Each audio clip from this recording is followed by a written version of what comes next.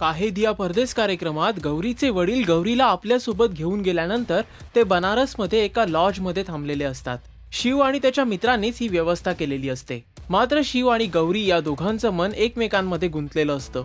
शिवला रडवेल्या अवस्थेत पाहून गौरी प्रचंड भावनाविवश झालेली असते। तिचे वडील ज्यावेळी निराश होण्याचं कारण विचारतात त्यावेळी ती काहीच उत्तरत नाही।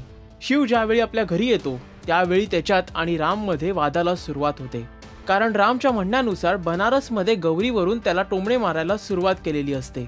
यावर शिव देखील प्रचंड संतापतो आणि दोघांमधील भांडण विकोपाला जाते। तितक्यात शिवची आई मध्यस्थी करते। मात्र झालेल्या प्रकाराने शिवला देखील धक्का बसलेला असतो आणि व्यथित मनानं आपल्या आईला तो सांगतो, मी पूर्णतः हताश झालोय। राम देखील शिवसोबत झालेल्या भांडणाने स्वतःला दोषी मानतो, मात्र सरला त्याला सावरण्याचा प्रयत्न करते। शिवच्या आईला बहुधा कळून चुकतं की आपण शिवसोबत चुकीचं वागतोय, म्हणूनच की काय ती शिवला सांगते की लग्नाच्या वेळी घेतलेल्या वचनातून मी आज तुला मुक्त करते आणि गौरी सोबत मुंबईला स्थायिक होण्यास ती होकार देते। शिवला कळत नाही की नेमकं आईचं मनपरिवर्तन झालंच कसं। तो काही विचारणार तितक्यात त्याची आई त्याची बॅग भरते आणि सर्वांचा आशीर्वाद घेऊन मुंबईला रवाना होण्यास सांगते। शिव आपल्या आजी आणि वडिलांचा भरल्या मनाने आशीर्वाद घेतो।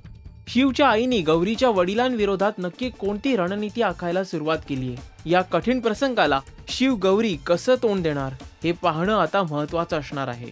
काहेदिया परदेस मालिकेचे लेटेस्ट अपडेट्स आणि हायलाइट्स जाणून घेण्यासाठी पहा Rajshri Marathi. Hi, this is Rishi Saxena. Do subscribe to Rajshri Marathi.